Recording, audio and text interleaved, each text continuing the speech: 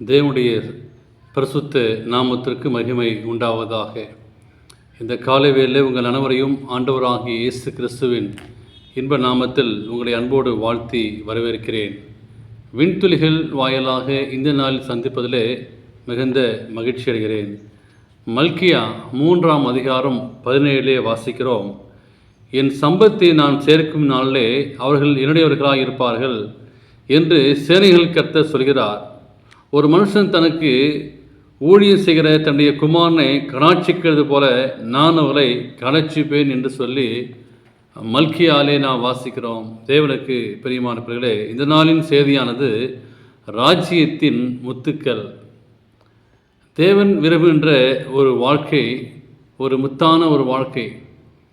நாம் பிறந்திருக்கிறோம், இந்த சமுதாயத்திலே வாழ்கிறோம்.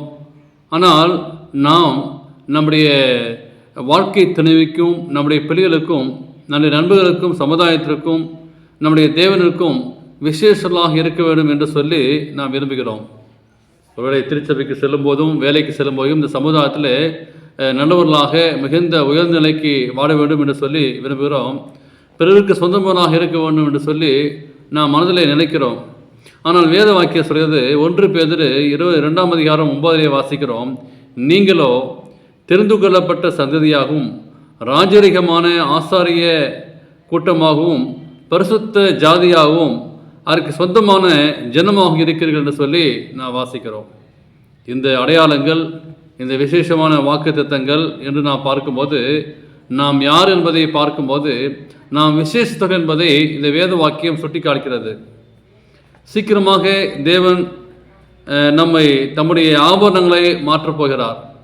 ஞானமாக நடப்பவர்கள் அதில் விலையேறப்பட்டவர்களாக இருப்பார்கள் என்று சொல்லி வேத வாக்கியம் சொல்கிறது.